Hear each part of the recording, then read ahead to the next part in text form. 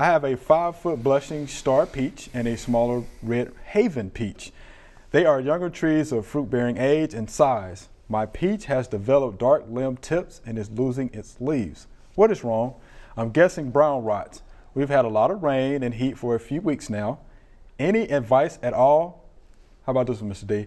Am I crazy to be trying to grow these peaches? And this is from Matt from Dayton, Ohio. All right. So is he crazy for trying to grow the peaches? Because we know what you say about peaches. The short answer? Okay. All right, give it to him. I'm not going to call Matt crazy. All right. I'm not going to call him crazy because he's diagnosed the problem. Mm-hmm. You know, so he's got some smarts there. Right. It probably is brown rot. And he can grow them there.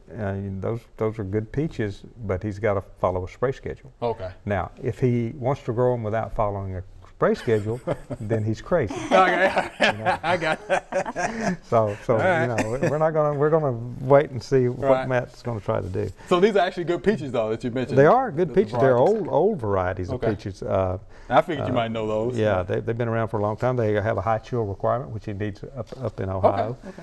But so appropriate for the area. I think I've even got I've got the spray guide, and honestly I don't know whether our spray guide he might need to check with his local county agent, but I'm going to tell him what the Tennessee recommendation is, and that's going with at bloom Captan as a fungicide. I do not use an insecticide during bloom, but at petal fall, go with a fungicide like Captan or sulfur or chlorothalonil. But Matt, if you're going to spray, there's another little critter that can create a problem called the plumb curculio. I knew that was and coming. It's every bit as devastating as that it. brown rot. So include some malathion in your spray mix. You can use a home orchard spray at that time, and at that time the petals have fallen off, and you won't hurt your pollinating insects, and you can use an insecticide. And then you continue that. You spray again at shuck split with one of those fungicides, Captan sulfur or chlorothalonil plus malathion, and then your cover sprays for the rest of the summer at 10 to 14 day intervals, Captan or sulfur plus malathion. And then don't forget, if you go to all that trouble, there is another insect that can wipe you out in peaches and plums and nectarines, and it's the peachtree borer.